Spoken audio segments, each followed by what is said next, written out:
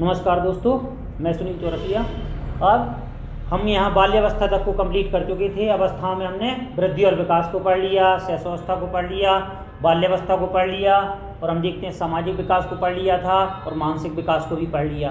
अब दोस्तों इसके बाद हम पढ़ते हैं किशोरावस्था या उसी को कहते हैं एडोलेसेंस। ठीक है, तो अब हम बात करेंगे किशोरावस्था की। किशोरावस्था या इसी को कहते हैं एडोलेसेंस।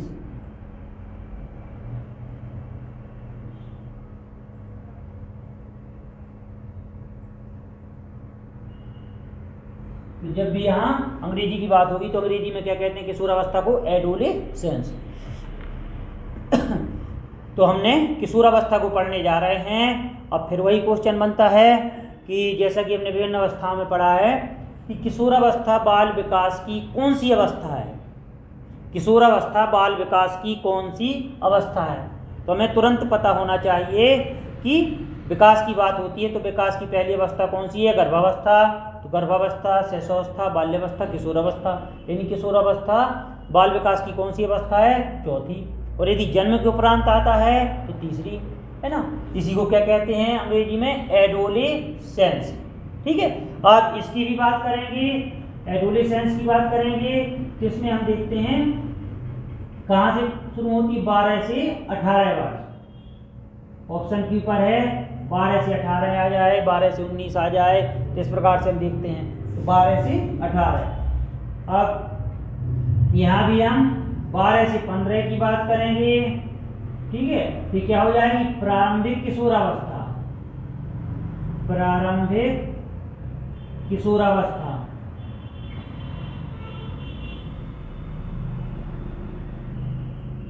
ठीक है, और यदि 15 से 18 या 16 से 18 के बीच की बात होती है तो हम देखते हैं क्या हो जाएगी? उत्तर किशोरावस्था। उत्तर किशोरावस्था। ठीक है, तो कोई भी अवस्था होती है इस प्रकार से। मान लो हमने ये देखा कि किशोरावस्था तो 12 से 18 वर्ष, और हम देखते हैं कोई भी अवस्था होती है तो प्रारंभिक के वर्ष होते हैं प्रारंभिक अवस्था के रूप में, और जो बाद के वर्ष होते हैं तो उससे उत्तर अवस्था के नाम से जाना जाता है। तो किशोरावस्था की बात करेंगे तो प्रारंभिक किशोरावस्था हो जाएगी, उत्तर किशोरावस्था। ठीक है, बस इसमें बस कंफ्यूज नहीं होना दोस्तों। यदि पूर्व किशोरावस्था को पूछ लिया जाए तो हम देखते हैं किशोरावस्था के पहले कौन सी अवस्था होती है? बाल्यावस्था। तो उत्तर बाल्यावस्था को ही पूर्व किशोरावस्था कहेंगे, है ना, क्योंकि हमें पता है कि किशोरावस्था कहाँ से शुरू होती है? 12 वर्ष से 18 वर्ष तक चलती है। अब लेकिन ये पूर्व किशोरावस्था को पूछ लेते हैं तो पूर्व किशोरावस्था हो जाएगी यानी उत्तर बाल्यावस्था के वर्ष। तो उत्तर बाल्यावस्था यानी 9 से 12 वर्ष, है ना। और ये प्रारंभिक किशोरावस्था प्रारंभिक होती है जहाँ से शुरू होती है, और पूर्व यानी उस अवस्था के पहले के वर्ष, और उत्तर यानी उसके बाद के। तो इस प्रकार से हम देखते हैं, इसको पढ़ेंगे। अब किशोरावस्था की बात करते हैं तो बाल विकास की कौन सी अवस्था है? चौथी, और जन्म के बाद तीसरी। अब कई मनोवैज्ञानिक हुए हैं तो इन्होंने विभिन्न नाम दिए हैं, जैसे आ जाता है टीनेज।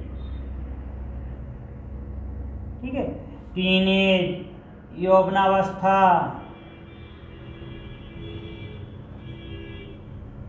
ठीक है, तरुणाई एज,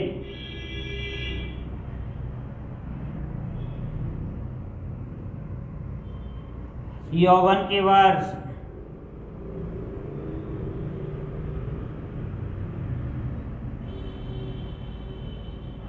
ठीक है, और पूछ लेते हैं इसकी बात करें और पूछ लेते हैं प्यूबर्टी एज।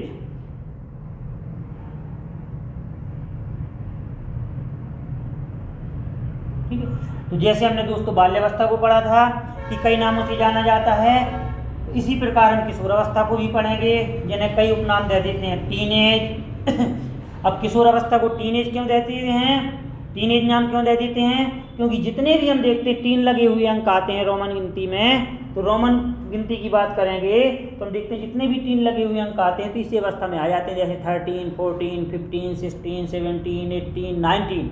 आपने देखा होगा दोस्तों जो 1 से लेकर 100 तक की काउंटिंग करते हैं, गिनती करते हैं, तो हम देखते हैं केवल जो 3 लगे हुए शब्द आते हैं तो केवल और केवल मात्र 13 से लगाकर 19 तक आते हैं। इसीलिए और ये वर्ष किसके कहे जाते हैं? एडोलेसेंस यानी किशोरावस्था के, तो इसीलिए इन्हें टीनेज कह देते हैं। ठीक है, तो कभी बोल नहीं देते टीनेजर्स, है ना, तो टीनेजर्स से मतलब किससे है? किशोरावस्था से, यानी 13 से लगाकर 19 से। ठीक है, तो इसे टीनेज बोल देते हैं। टीनेज क्यों बोलते हैं? क्योंकि जितने भी हम देखते हैं रोमन गिनती के शब्द होते हैं उनमें 3 लगे हुए शब्द आते हैं, वो सभी इसी अवस्था में आ जाते हैं। यौवन अवस्था, इसे हम देखते हैं युवावस्था, यौवन अवस्था भी बोलते हैं, है ना। यानी देखते कि ये वो अवस्था होती है जिसमें हम, यदि बुजुर्ग लोग कह देते हैं कि यदि पत्थर में भी पैर मारते हैं तो पानी निकाल सकते हैं, यानी यौवन की अवस्था होती है, सुंदरता की अवस्था होती है, और हम देखते हैं युवावस्था होती है। अब इसकी बात करते हैं तरुणाई एज। तरुण, तरुण मीन्स क्या होता है? हिंदी में पढ़ते हैं हम, तरुण मीन्स होता है किशोर, तो तरुण मीन्स क्या होता है? किशोर, तो तरुणाई एज बोल देते हैं। यौवन के वर्ष बोल देते हैं प्यूबर्टी एज, तो एक शब्द आता है प्यूबर्टी एज। अब प्यूबर्टी एज मीन्स होता है, इस अवस्था में हम देखते हैं जब हम इस अवस्था में जाते हैं, प्यूबर्टी एज में जाते हैं, तो बालक बालिकाओं की बात करते हैं तो हम देखते हैं प्यूबर्टी एज के नाम से ही बोल देते हैं। क्यों बोल देते हैं? प्यूबर्टी का मतलब होता है सेक्स ऑर्गन में बालों का निकलना, तो हम देखते हैं वो भी इस अवस्था में आते हैं, इसीलिए इन्हें बोल देते हैं प्यूबर्टी एज बोल देते हैं। ठीक है, तो दोस्तों यौवन के बाद प्यूबर्टी एज, तरुणाई एज, यौवनावस्था, टीनेज, इतने सारे नाम किसके हो जाएंगे? किशोरावस्था। और अंग्रेजी में एक ही शब्द होता है एडोलेसेंस। अब इसका अर्थ क्या होता है? परिपक्वता की ओर जाना। ठीक है, परिपक्वता की ओर जाना। यदि आ जाए एडोलेसेंस का अर्थ क्या है, तो एडोलेसेंस मीन्स होता है परिपक्वता की ओर जाना या परिपक्वता आना। तो जैसे जैसे हम देखते हैं कि किशोरावस्था के अंतिम वर्षों में जाते हैं या किशोरावस्था में प्रवेश करते हैं तो हमें मैच्योरिटी आती जाती है, इसीलिए बोल देते हैं परिपक्वता की ओर जाना या परिपक्वता आना। ठीक है, अब किशोरावस्था की बात करते हैं। अभी तक हमने पढ़ा कि बढ़िया अच्छी तरह से हमने शिशुअवस्था को भी समझा, बाल्यावस्था को भी समझा, अब किशोरावस्था की बात करते हैं। तो यहाँ से एक क्वेश्चन, अब आपने देखा होगा दोस्तों कि हमने पढ़ा है बालक का निर्माण काल कहा जाता है। जब भी यदि आ जाए क्वेश्चन की बालक का निर्माण काल कहा जाता है तो क्वेश्चन आपके ऑप्शन आपके सामने आ जाते हैं शिशुअवस्था, बाल्यावस्था, किशोरावस्था, इनमें से कोई नहीं। तो जब भी बालक के निर्माण काल की बात होगी तो केवल और केवल हम देखते हैं कौन सी अवस्था आएगी? शिशुअवस्था। इसीलिए हम देखते हैं मनोवैज्ञानिक हुए हैं तो कुछ थॉट भी दिए उन्होंने शिशुअवस्था से संबंधित, है ना, कि बालक को जो कुछ बनना होता है शुरू के 4-5 वर्षों में बन जाता है ना। कुछ मनोवैज्ञानिक हुए हैं तो उन्होंने बताया है कि बालक के जन्म के कुछ माह बाद ये निश्चित किया जा सकता है कि जीवन में उसका क्या स्थान है ना। स्ट्रैंग हुए हैं तो उन्होंने क्या कहा है? शुरू के 2 वर्षों में बालक अपने भावी जीवन का शिलान्यास करता है ना। न्यूमैन हुए हैं तो उन्होंने क्या कहा है कि जो शिशुअवस्था होती है तो 0 से जो 5 वर्ष होते हैं बालक के लिए बड़ी ही ग्रहणशील होते हैं, है ना। यहाँ तक कि रूसो ने कहा है कि बालक के हाथ, पैर और नेत्र उसके प्रारंभिक शिक्षक हैं, इन्हीं के द्वारा वह देख सकता है, सोच सकता है, समझ सकता है, यानी ज्ञानेंद्रियों की बात कही है। तो किसने कही है? रूसो ने कही है। अब किशोरावस्था की बात करते हैं तो जब भी यदि क्वेश्चन आता है कि बालक का निर्माण काल तो शिशुअवस्था, लेकिन यदि आ जाए कि शारीरिक विकास की दृष्टि से सर्वोत्तम काल कहा जाता है, सर्वश्रेष्ठ काल कहा जाता है, तो फिर हम कहेंगे किशोरावस्था को। तो दोस्तों यहाँ हम कंफ्यूज हो जाते हैं, जब भी निर्माण काल की बात होगी तो शिशुअवस्था, तो जब भी यदि आ जाए कि शारीरिक विकास की दृष्टि से सर्वश्रेष्ठ काल कहा जाता है तो किशोरावस्था को। ठीक है, क्या हमने इतना पढ़ा? अब पढ़ेंगे हम किशोरावस्था की विशेषताओं को। जैसा कि हमने पिछली वीडियो में पढ़ा है, पिछली क्लास में पढ़ा है, पिछली अवस्थाओं को पढ़ा है, उसी प्रकार हम किशोरावस्था को पढ़ेंगे।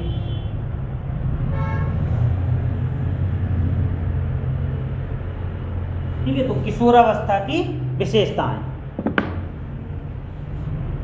तो पहला पॉइंट हम पढ़ेंगे शारीरिक विकास में तीव्रता।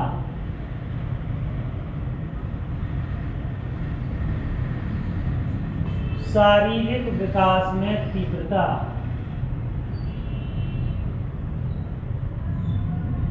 शारीरिक विकास में तीव्रता।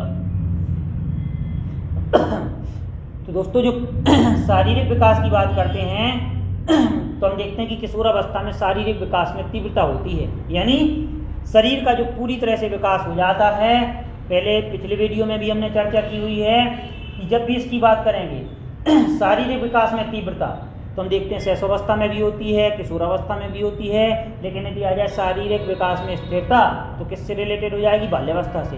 तो हम देखते हैं कि किशोरावस्था में शारीरिक विकास में तीव्रता होती है। यही कारण है कि किशोर को या किशोरावस्था को शारीरिक विकास का सर्वश्रेष्ठ काल कहा जाता है ना, क्योंकि हम देखते हैं बालक की लंबाई में भार में पर्याप्त वृद्धि होती है, चाहे लंबाई की बात करें चाहे भार की बात करें, और मांसपेशियां जो होती हैं और हड्डियों की बात करते हैं तो मजबूत हो जाती हैं, है ना। इसीलिए हम देखते हैं शारीरिक विकास में क्या होती है? तीव्रता। अब दूसरी बात करेंगे तो मानसिक विकास में तीव्रता।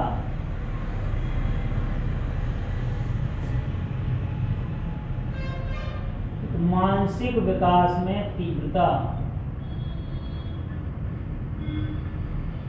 तो दोस्तों हम इस पर चर्चा भी कर चुके हैं। जब बालक किशोरावस्था में होता है, यानी लगभग 16-17 वर्ष की आयु में होता है, तो उसके मस्तिष्क का पूरी तरह से विकास हो जाता है। और कल हमने मस्तिष्क के बारे में पढ़ा भी था कि मस्तिष्क का अधिकतम विकास किस आयु में हो जाता है? शैशवावस्था, बाल्यावस्था, किशोरावस्था। तो किशोरावस्था में, यानी जो मस्तिष्क का भार होता है कितना होता है? 1450। बॉयज की बात करेंगे, गर्ल्स की बात करेंगे तो 1350 ग्राम। तो हम देखते हैं कि मस्तिष्क का पूरी तरह से विकास हो जाता है, यानी किशोरावस्था में चाहे मस्तिष्क की बात करें चाहे बुद्धि की बात करें, तो हम देखते हैं कि इसमें पूरी तरह से विकास हो जाता है। अब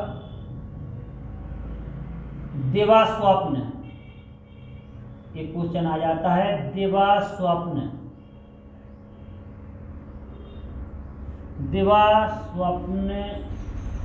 की प्रबलता या भावना। तो देखिए दोस्तों, जब हम इस एज में प्रवेश करते हैं, 13 वर्ष से ऊपर की ओर जाते हैं, तो हम देखते हैं हमें दिवा स्वप्न, जो किशोर होता है तो उसमें दिवा स्वप्न की प्रबलता होती है, या दिवा स्वप्न की भावना जागृत होने लगती है। दिवा स्वप्न मीन्स होता है जागते हुए सपने देखना, ठीक है। तो दोस्तों स्वप्न से मतलब वो नहीं है। स्वप्न हम देखते हैं, मनोवैज्ञानिक कहते हैं कि स्वप्न देखना भी उचित है ना। जब तक हम सपने नहीं देखेंगे उनकी बुनियाद नहीं रख सकते। तो हम देखते हैं आशावादी होते हैं और हम देखते हैं स्वप्न देखते हैं, लेकिन केवल स्वप्न देखना ही सार्थक नहीं है। स्वप्न को हम देखते हैं सार्थक करना पड़ता है अपने प्रयासों के द्वारा, अपनी मेहनत के द्वारा। तो हम देखते हैं दिवा स्वप्न की प्रबलता होती है, यानी किशोर जब इस एज में आते हैं तो अपने भविष्य के प्रति स्वप्न देखने लगते हैं कि मैं बड़े होकर ऐसा बनूंगा या इस प्रकार से। और हम देखते हैं कि दिवा स्वप्न जो होते हैं, तो हम देखते हैं कि बालिकाओं को आगे बढ़ने के लिए प्रेरित भी करते हैं, मोटिवेट भी करते हैं। तो दिवा स्वप्न की प्रबलता या बहुलता या दिवा स्वप्न की भावना। तो दिवा स्वप्न मीन्स होता है जागते हुए सपने देखना, है ना। तो जागते हुए सपने देखना, जब तक हम सपने नहीं देखेंगे, जब तक हम उनको पूरा करने के लिए नहीं सोचेंगे, तो हम किशोर जो होते हैं इस एज में अपने भविष्य के प्रति चिंतित होने लगते हैं और इस स्वप्न भी देखते हैं, और हम देखते हैं स्वप्नों को पूरा करने की कोशिश भी करते हैं। तो जब भी यदि दिवा स्वप्न की बात आती है तो केवल और केवल किससे रिलेटेड हो जाएगी? किशोरावस्था से रिलेटेड विशेषता हो जाएगी। अगला है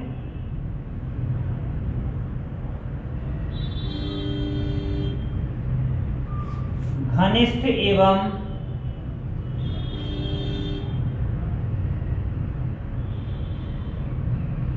व्यक्तिगत मित्रता, ठीक है। घनिष्ठ एवं व्यक्तिगत मित्रता।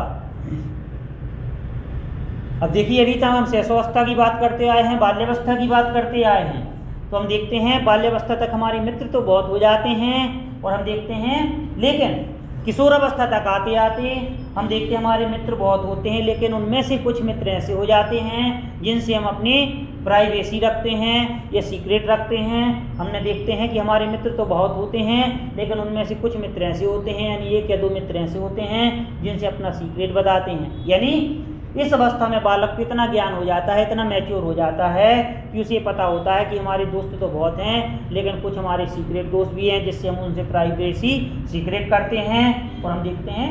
यानी इस अवस्था में बालक को इतना ज्ञान हो जाता है कि किससे हमें किस प्रकार की बातें करना है, कौन दोस्त हमारा हम देखते हैं कितना क्लोज फ्रेंड है ना। तो हम देखते हैं दोस्तों, हमारे दोस्त तो बहुत होते हैं जीवन में, खासतौर से किशोर अवस्था में, लेकिन हमें ये ज्ञान हो जाता है कि कौन हमारा घनिष्ठ मित्र है, परम मित्र है। तो दोस्त बहुत होते हुए भी हमारे इस अवस्था में पहुँचते पहुँचते एक या दो परम मित्र हो जाते हैं जिनसे हम अपनी प्राइवेसी जाहिर करते हैं। ठीक है, तो जब भी यदि क्वेश्चन आ जाए कि घनिष्ठ एवं व्यक्तिगत मित्रता तो किससे संबंधित है, तो केवल और केवल हम देखते हैं जब भी घनिष्ठ और व्यक्तिगत मित्रता की बात होगी तो केवल और केवल किशोर अवस्था से। अब एक शब्द आ जाता है, देखा हुआ कुछ पेपर में, वीर पूजा, ये पूछ लिया जाता है वीर पूजा। तो दोस्तों वीर पूजा से तात्पर्य किससे है? हम जैसे जैसे बड़े होते हैं, किशोर अवस्था में पहुंचते हैं, तो चाहे लड़के हों चाहे लड़कियां हों, हम देखते हैं कि किसी एक को अपना आइडियल मान लेते हैं, आदर्श मान लेते हैं। अभी आदर्श के रूप में हमारे भाई बहन भी हो सकते हैं, हमारे गार्जियंस हो सकते हैं, या हम देखते हैं हमारे पूरा पड़ोस का कोई हो सकता है, या हमारे देश का कोई हो सकता है, फॉरेन का कोई हो सकता है ना। नहीं देते, मैं उसके जैसा बॉडी बिल्डर बनूंगा, मैं उसके जैसा टीचर बनूंगा, मैं अपने पिता जैसा समाज सेवी बनूंगा।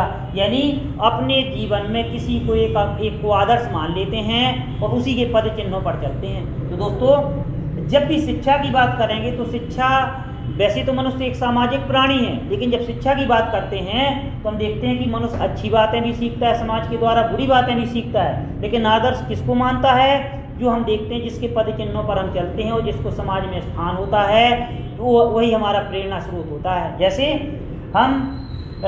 हम पैसे कमाते हैं, समाज में आते हैं, जन्म लेते हैं, पैसे कमाते हैं, लेकिन पैसे कमाने का सभी का तरीका अलग अलग होता है।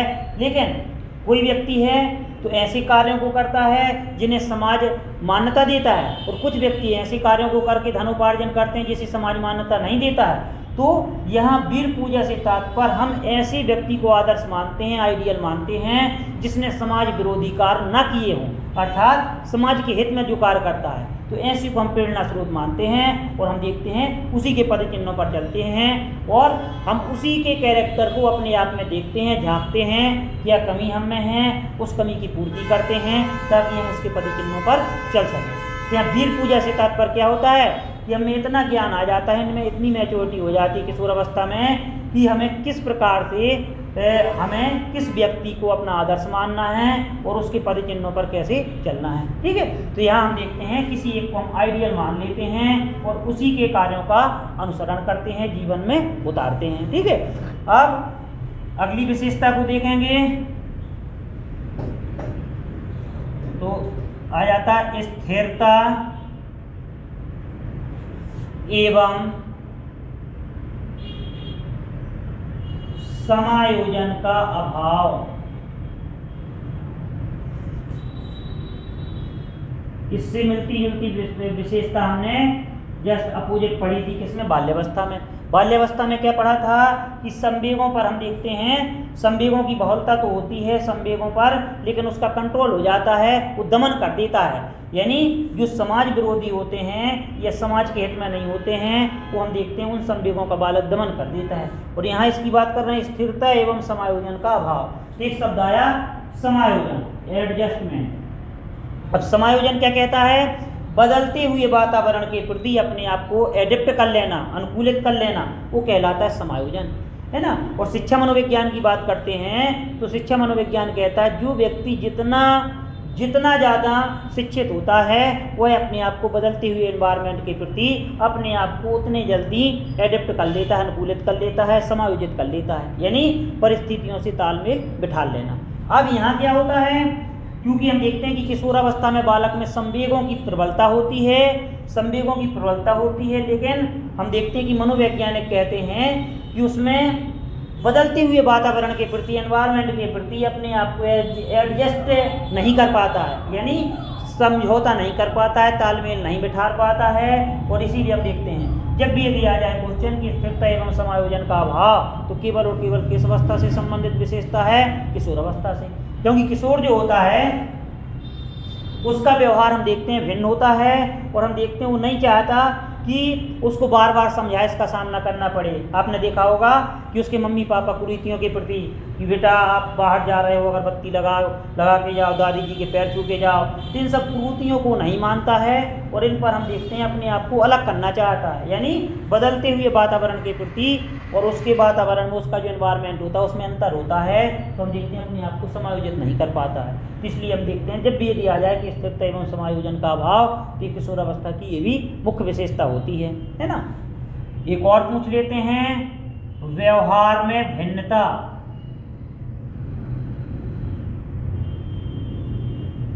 ठीक है, व्यवहार में भिन्नता। अब जब बालक 13-14 वर्ष का हो जाता है, 16 वर्ष का हो जाता है, तो हम देखते हैं कभी वो अनायास ही खुश नजर आता है, प्रसन्न नजर आता है, तो कभी हम देखते हैं डिप्रेशन में होता है, टेंशन में होता है, क्योंकि वह जिस प्रकार के हालात से गुजरा, क्योंकि उसमें इतनी मैच्योरिटी आ जाती है कि जिस प्रकार से हम देखते हैं उसकी क्रियाकलाप होते हैं तो अपने आप को ढाल लेता है, यानी उसकी जगह जगह पर उसके व्यवहार में भिन्नता को देखने को मिलता है। तो जब भी यदि आ जाए व्यवहार में भिन्नता, ये भी किशोरावस्था की मुख्य विशेषता होती है। अब इसके बाद हम देखते हैं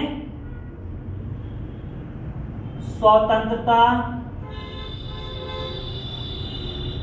एवं विद्रोह की भावना।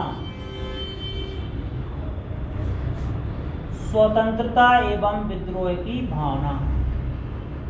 अब देखिए दोस्तों, जब हम इस एज में जाते हैं तो किशोरावस्था में जाते जाते हम इतने अपने आप को मैच्योर महसूस करने लगते हैं, इतने वयस्क हो जाते हैं कि हम जानते हैं कि हम देखते हैं कि हम अपने दिशा निर्देश जो समाज के द्वारा बनाए हुए हैं, तो हमें ये पता होता है कि कौन सही है कौन गलत है, यानी हम उसको करने के लिए स्वतंत्र होते हैं। यानी किशोर जो होता है, तो हम देखते हैं 16-17 वर्ष का जो बालक होता है, तो वह अपने जीवन में हम देखते हैं स्वतंत्रता चाहता है, किसी भी प्रकार के हम देखते हैं वो रुकावट नहीं चाहता है, तो हम देखते हैं, और यदि ऐसा देखता है तो हम देखते हैं कि वो विरोधाभास आ जाता है। इसीलिए हम देखते हैं जब भी यदि आ जाए कि स्वतंत्रता एवं विद्रोह की भावना, है ना, तो जैसे हमने चर्चा भी की थी कि समाज में जो कुरीतियाँ होती हैं, है ना, तो हम देखते हैं कि इन सभी का वो विरोध करने लगता है और उसे जो अच्छा लगता है उसी को स्वीकारता है और बाकी को ठुकराता जाता है। तो हम देखते हैं कि जरूरी नहीं है कि जैसा हमने बाल्यावस्था में पढ़ा है, तो जो हम देखते हैं संवेग होते हैं बालक में, तो जो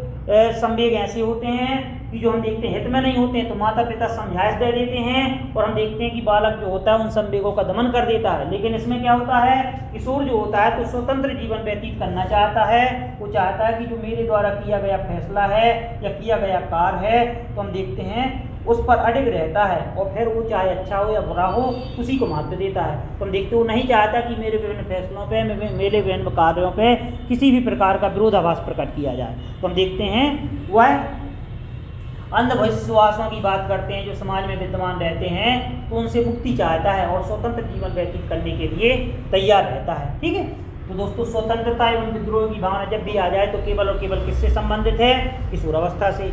अब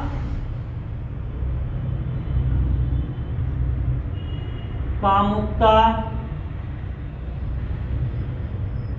की प्रबलता।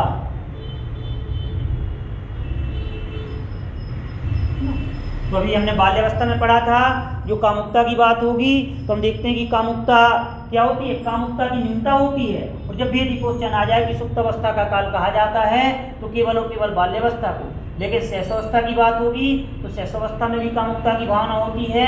और यहाँ हम देखते हैं कि किशोरावस्था तक आते आते कामुकता की प्रबलता हो जाती है। यानी जब भी कामुकता की बात करते हैं, सेक्स ऑर्गन की बात करते हैं, तो हम देखते हैं इसमें क्या आता है, किशोर में जब 13-14 वर्ष के बालक हो जाते हैं तो उनमें विपरीत लिंगी आकर्षण हो जाता है। यानी लड़के हम देखते हैं लड़कियों के प्रति आकर्षित होने लगते हैं, अट्रैक्टिव होने लगते हैं, और लड़कियों की बात करते हैं तो लड़कों की ओर। और जब भी हम साज सज्जा करते हैं तो हमें ये रहता है कि लड़कों की जब बात होगी तो लड़के हम देखते हैं, या लड़कियों की बात होगी तो विपरीत लिंग के प्रति आकर्षित होते हैं, है ना। तो हम देखते हैं इनमें विपरीत लिंगी आकर्षण या कामुकता की प्रबलता इस अवस्था में परिपक्व हो जाती है पूर्णता। और हम देखते हैं शैशवावस्था में हमने क्या देखा था कि कामुकता को व्यक्त नहीं कर पाते हैं, लेकिन यहाँ इतने बड़े हो जाते हैं कि वो कामुकता को व्यक्त भी करने लगते हैं। ठीक है, एक और देखेंगे इसी में, समूह को महत्व।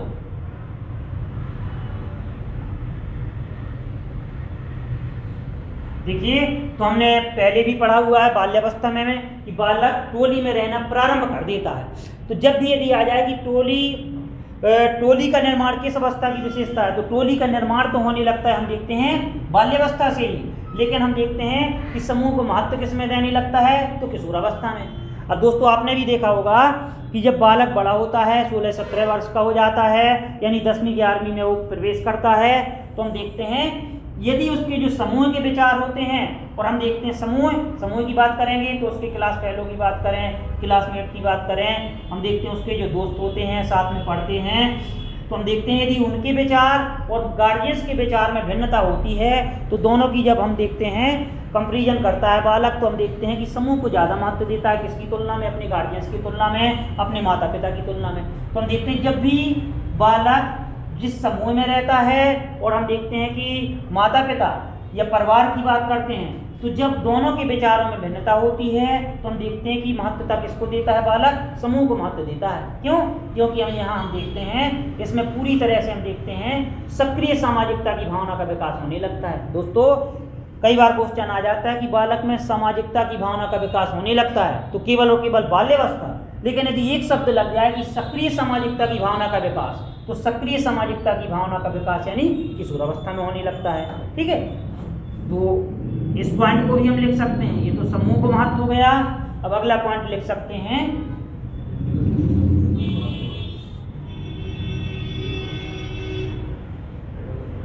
सक्रिय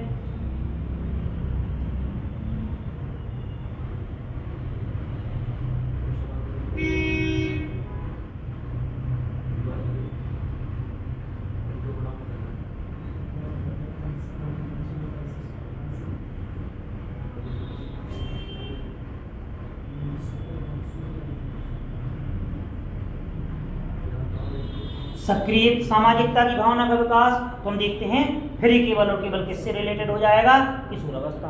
बस यहाँ पे इस पॉइंट को ध्यान देना है, जब भी सामाजिकता की भावना का विकास, तो हम देखते हैं किससे रिलेटेड हो जाएगा, तो हम देखते हैं बाल्यावस्था से। लेकिन जब एक शब्द आ जाता है दोस्तों सक्रिय लगा हुआ मिलेगा, तो सक्रियता की बात करेंगे, तो हम देखते हैं इसमें सक्रिय शब्द जब आएगा तो हम देखते हैं किशोरावस्था से रिलेटेड हो जाएगा। और जैसे दोस्तों हमने पढ़ा हुआ था रुचियों में परिवर्तन, तो हम देखते हैं बाल्यावस्था से रिलेटेड है, लेकिन रुचियों में परिवर्तन एवं स्थिरता की बात करें, एक शब्द लगा होगा, तो फिर केवल और केवल किससे रिलेटेड हो जाएगा, किशोरावस्था से। जैसे लिखें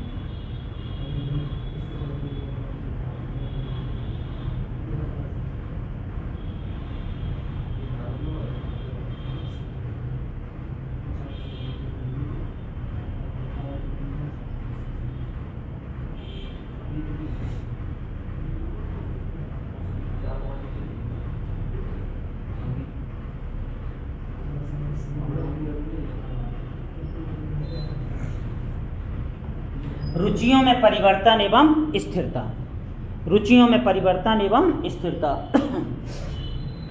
तो देखिए मनोवैज्ञानिक है जो, तो मनोवैज्ञानिक कहते हैं कि जैसे जैसे जब तक बालक किशोरावस्था तक जाता है, यानी बाल्यावस्था तक, किशोरावस्था की बात करते हैं, तो हम देखते हैं किशोरावस्था में लगभग 14-15 वर्ष की आयु तक उसकी रुचियों में निरंतर परिवर्तन होता रहता है, लेकिन एक समय ऐसा आता है कि उसकी रुचि सीमित हो जाती है। यानी जब उत्तर किशोरावस्था की ओर जाता है, 16, 17, 18 वर्ष में जाता है, तो हम देखते हैं कि किशोर की रुचियाँ सीमित हो जाती हैं, है ना। तो जैसे जैसे हम वयता की ओर जाते हैं, है ना, तो हम देखते हैं वयस्कता की ओर जाते हैं, तो हमारी रुचियाँ क्या हो जाती हैं, स्थिर हो जाती हैं, सीमित हो जाती हैं, निश्चित हो जाती हैं, है ना।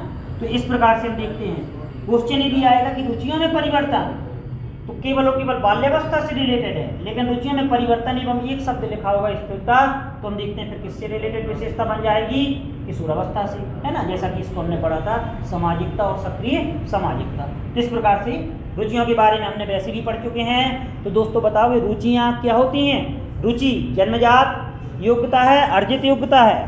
तो जब हम बात करेंगे रुचि की बात करेंगे, तो हम देखते हैं कि क्या हो जाएगी, अर्जित योग्यता है। ठीक है, अगला पॉइंट हम लिख सकते हैं सकते हैं।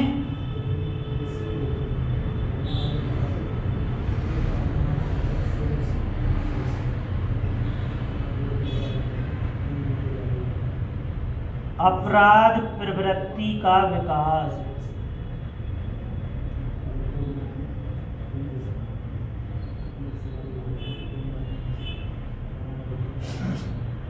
अपराध प्रवृत्ति का विकास। तो दोस्तों यहाँ से एक क्वेश्चन बन जाता है। तो जितने भी हमने मनोवैज्ञानिक कहते हैं कि जितने भी अपराध होते हैं, तो हम देखते हैं यदि वो पूछा जाए कि बालक में अपराध प्रवृत्ति का विकास किस अवस्था से होने लगता है, तो उसका केवल एक ही कारण है, केवल और केवल किशोर अवस्था। क्यों दोस्तों? क्योंकि हम देखते हैं कि किशोर में क्या होती है, संवेगों की अधिकता होती है, और हम देखते हैं संवेगों की अधिकता के साथ साथ उसमें समायोजन का अभाव होता है, उसके विचारों में, व्यवहार में क्या होती है, भिन्नता। तो इन सभी कारणों से वो ऐसे कार्यों को कर देता है जो हम देखते हैं कि अपराध को जन्म देते हैं, है ना। अब कोई भी बालक है अपराध कब करता है, कोई भी व्यक्ति की बात करते हैं तो अपराध कब करता है, अपराध क्या कोई ना कोई कारणवश होता है। अब यह तो हम देखते हैं अपराध के पीछे असफलता छिपी होती है, या फिर हम देखते हैं हमारी निराशा छिपी होती है, या फिर हम देखते हैं हमारे विचारों को मान्यता ना मिलना। इनमें से कोई ना कोई कारण अवश्य होता है ना। तो चाहे कोई भी व्यक्ति है, अपराध प्रवृत्ति का विकास उसमें कब होता है, जब हम देखते हैं कि उसके विचारों को प्राथमिकता नहीं दी जाती है, उसको निराशा मिलती है, असफलता मिलती है, उसके जीवन में प्रेम का अभाव होता है। तो इन सब कारणों से व्यक्ति इस प्रवृत्ति को जन्म देता है। और मनोवैज्ञानिक कहते हैं जितने भी अपराध होते हैं तो उन अपराधों का एक मुख्य कारण है, और कौन सी अवस्था, तो हम देखते हैं कि केवल और केवल किशोर अवस्था। तो जितने भी अपराध होते हैं तो अवस्थाओं की यदि बात करें तो उनका बहुत बड़ा कारण होता है तो केवल और केवल किशोर अवस्था। क्यों? क्योंकि इसमें समायोजन का अभाव होता है, व्यवहार में भिन्नता होती है, बदलते हुए एनवायरनमेंट के प्रति अपने आप को समायोजित नहीं कर पाता है। और हम देखते हैं कि कोई इस प्रकार का हम देखते हैं असमंजस आने पर वो अपराध प्रवृत्ति से घिर जाता है। तो जितने भी अपराध देखे गए हैं तो मनोवैज्ञानिक कहते हैं उनका एक कारण, एक बहुत बड़ा कारण होता है किशोर अवस्था। आपने कई बार देखा होगा दोस्तों, जैसे 10वीं के एग्जाम होते हैं, तो 10वीं के एग्जाम होते हैं, है ना, 12वीं के एग्जाम होते हैं, 12वीं के एग्जाम होते हैं। तो हम देखते हैं, आपने देखा होगा कि एग्जाम के बाद कुछ हमें पेपर में पढ़ने को मिलता है कि फला फला बालक ने सुसाइड कर ली, आत्महत्या कर ली, है ना। लेकिन जब भी आपको देखा होगा कि 1, 2 के एग्जाम होते हैं, 3 के एग्जाम होते हैं, 4 के एग्जाम होते हैं, तो कोई बालक सुसाइड नहीं करता। क्यों? क्योंकि यहाँ बालक अपने आप को वयस्क मानने लगता है और उसे लगने लगता है कि मैं यदि असफल होता हूँ तो मेरे मित्र क्या कहेंगे, मेरे गार्जियंस क्या कहेंगे, मेरे रिश्तेदार क्या कहेंगे। और हम देखते हैं वो अपराध प्रवृत्ति को जन्म दे देता है ना। तो जब भी, इसीलिए आपने देखा होगा कि जब भी 10वीं के एग्जाम होते हैं या होने वाले होते हैं तो संपन्न होने के बाद और संपन्न होने से पहले हम देखते हैं उस क्षेत्र का, कोई जिला स्तर की बात कर रहे हैं, राज्य स्तर की बात कर रहे हैं, हम देखते हैं चाहे कलेक्टर महोदय की बात करें या मंत्रियों महोदय की बात करें, प्रधानमंत्री महोदय की बात करें, तो हम देखते हैं बच्चों को पहले हम देखते हैं मोटिवेट करते हैं कि हम जिंदगी में कई बार असफल होते हैं, लेकिन असफलता ही हमें सफलता की ओर ले जाती है। तो हमें घबराना नहीं है कि छोटी छोटी असफलताओं से। क्यों? ताकि हमारे अंदर जो चल रहा है अपराध की प्रवृत्ति को जन्म ना दे। इसीलिए हम देखते हैं कि विभिन्न प्रकार के नेतागण या हम देखते हैं हमारे सम्मानीय सदस्य, तो हम देखते हैं इस प्रकार से बच्चों को मोटिवेट करते हैं। क्यों? ताकि हम देखते हैं अपराध प्रवृत्ति को, किसी का बालक अपराध प्रवृत्ति को जन्म ना दे। ठीक है, एक और इसमें पढ़ेंगे।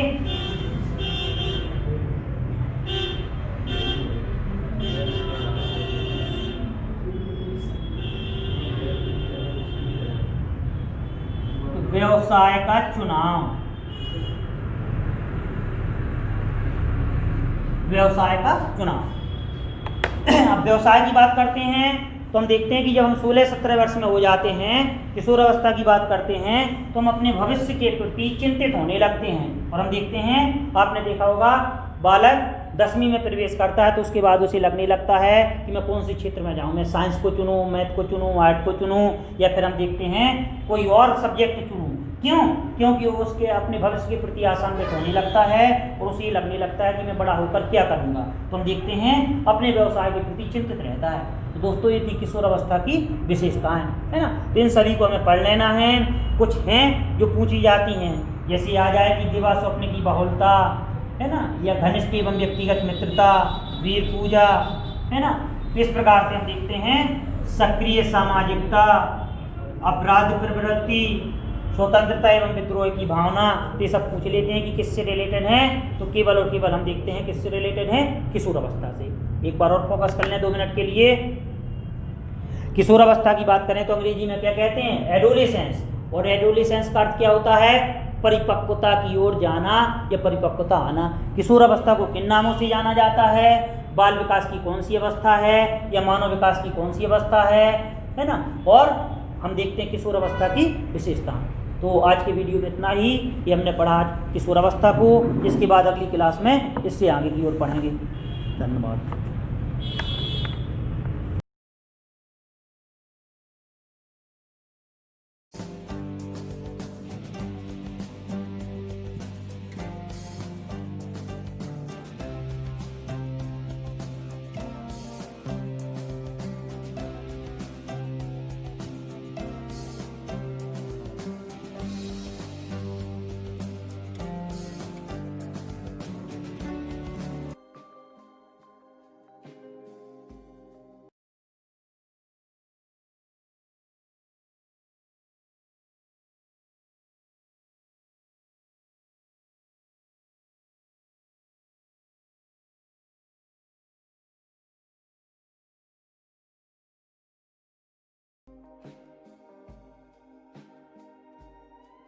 सक्सेसफुल जो सभी एग्जाम को टारगेट करते हुए ध्यान में रखकर ये मिशन चलाया जा रहा है, चाहे आने वाले जितने भी एग्जाम हो, वर्ग 3 महिला सुपरवाइजर, एमपी पुलिस, फॉरेस्ट, पटवारी, सीपीसीटी से रिलेटेड जितने भी एग्जाम है उन सभी को ध्यान में रखकर ये मिशन चलाया जा रहा है। व्हाट्सएप ग्रुप पर स्टडी कराई जा रही है, प्रिपरेशन कराई जा रही है, जिसमें बॉयज और गर्ल्स के अलग अलग ग्रुप बनाकर आपकी प्रिपरेशन कराई जा रही है। ग्रुप में आपको time table, strategy, routine, study material, daily and weekly test, guidance, motivation सब कुछ दिया जाएगा। और यहाँ पर ये आप देख सकते हैं अलग अलग ग्रुप बनाए गए हैं, लगभग 22 और आपको ऐड किया जाएगा। तो आप लोग बिना किसी देरी के मैसेज कीजिए और 9981167757 पर आपको ऑडियो मैसेज करना है। व्हाट्सएप से अपना नाम बता देना है, मैं आपको उसी एग्जाम से रिलेटेड ग्रुप में ऐड कर दूंगा। महिलाओं के अलग ग्रुप हैं, पुरुषों के अलग ग्रुप हैं, आप देख सकते हैं, ठीक है।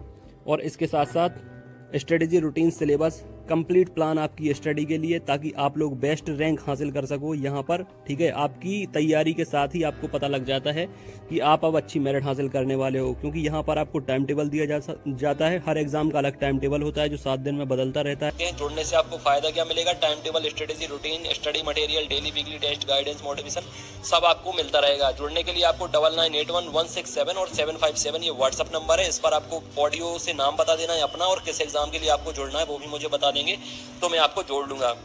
सभी एग्जाम की प्रिपरेशन कराई जाती है, सभी एग्जाम की ऑनलाइन ऑफलाइन टेस्ट सीरीज मिलती है, नोट्स मिलते हैं तो आप ले सकते हैं।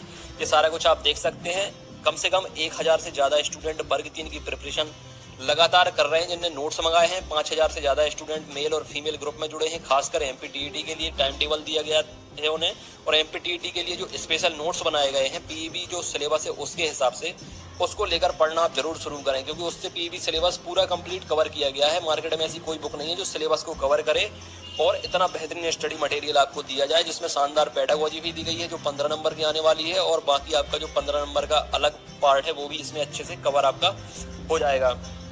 नोट्स लेने के लिए आप इंदौर में आ सकते हैं, हैंड टू हैंड भी ले सकते हैं, छतरपुर में भी ले सकते हैं। हैंड टू हैंड आपको कम कीमत में वो तुरंत मिल जाएंगे, बाकी आप अपने घर पे भी मंगा सकते हैं स्पीड पोस्ट से। उसके लिए भी मुझे 9981167757 पर मैसेज कर दें। छतरपुर का जो ऑफिस है वो छत्रसाल बुंदेलखंड यूनिवर्सिटी के सामने है। इस तरह के जो नोट्स बनाए गए हैं सारा कुछ स्पेशल फैकल्टी के द्वारा, कोशिश यही की जाएगी कि आपके 125 प्लस अंक आए, चाहे आप किसी भी कैटेगरी से बिलोंग करते हो। 125 प्लस अंक अगर आपके आ गए तो सिलेक्शन आपका वर्ग 3 में होने से कोई रोक नहीं सकता, ठीक है फ्रेंड। अब इसके साथ साथ ऑनलाइन टेस्ट सीरीज, जिसकी प्रिपरेशन उन्हें लगता है कि हो गई है, वो ऑनलाइन टेस्ट सीरीज भी लगा सकते हैं। ऑनलाइन टेस्ट सीरीज भी मैं आपको प्रोवाइड कर दूंगा। 30 ऑनलाइन टेस्ट मिल जाएंगे, 20 आपको पीडीएफ मिल जाएंगी।